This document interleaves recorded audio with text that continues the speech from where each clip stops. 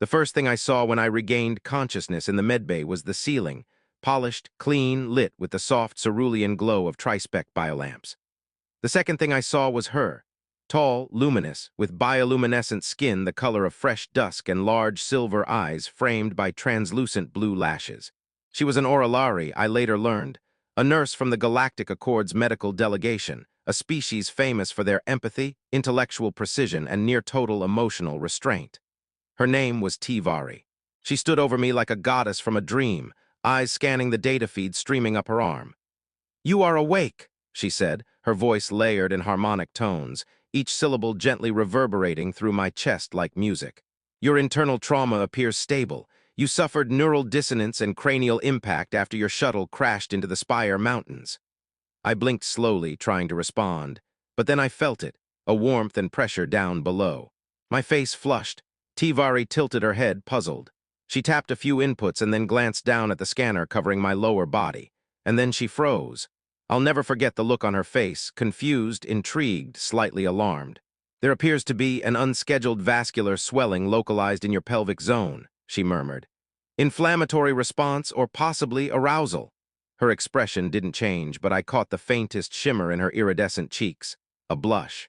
I choked back a groan, lifting a hand to cover my face. "It's not dangerous," I mumbled. "Just human biology, it happens, especially when you know someone like you is in the room." She paused. Her glowing eyes widened just slightly. Then, with mechanical calm, she said, "I must recalibrate my proximity protocols. I was unaware my presence could initiate such a reaction." What followed were the most awkward 2 minutes of my life, and the beginning of something I never expected. Over the next week, as I recovered under her care, our conversations moved from clinical questions to cultural ones. She was fascinated by human anatomy, psychology, and most of all, our chaotic, passionate emotional responses. I in turn learned about her species' deeply structured emotional codes. The Oralari didn't suppress emotions. They filtered them through meditation, mental harmony, and communal resonance. Romance for them was a slow, ritualized process, often lasting years. They didn't understand impulsive gestures, but Tivari was curious, intrigued. I began to notice subtle shifts. Her visits lingered longer, her tone softened, and sometimes, when she thought I was asleep, she hummed near me. A haunting, beautiful sound that seemed to ease every muscle in my body. Then came the attack. Pirates, interstellar raiders with hacked cloaking tech, descended on the Accord station during a diplomatic summit. I was still recovering, but I forced myself up, barely mobile, to help. Tivari intercepted me at the armory. "You are not ready to fight," she said, her voice trembled barely. "Then stay with me," I said. "We defend each other."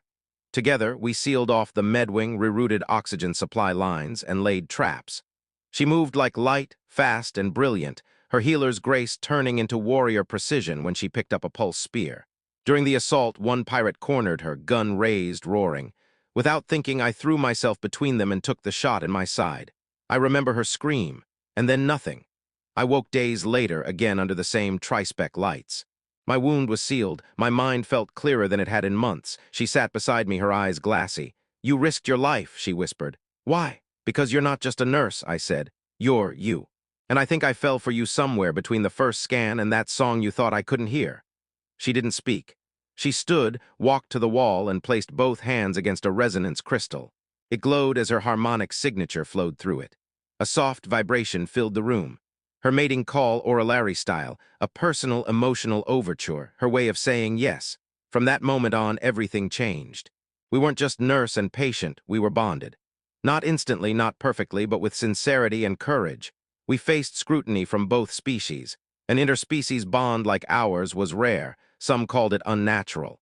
Others romanticized it. But to us, it was real. She taught me how to meditate with her people. I taught her how to laugh. She started wearing small earth trinkets, bracelets, pins, a vintage stethoscope, because she said it made her feel a little more human.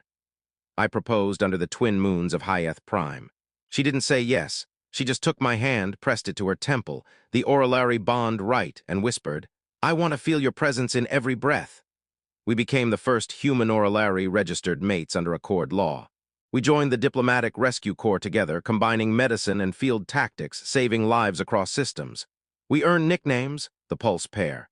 Decades passed, and when age finally caught up to me, she stayed, still glowing, Still singing, still placing her hand over my chest as if listening for the first time. Still inflamed, she once teased gently. Only when you're near, I whispered. When my final breath left me, I died under her gaze, not with fear, but with peace.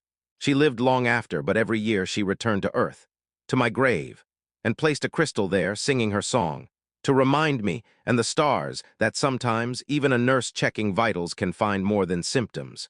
She can find something no scanner ever detects. Love, awkward and honest, born in confusion and grown through war, healing, laughter, and fire. And somewhere out there, among nebulae and stardust, a nurse still sings.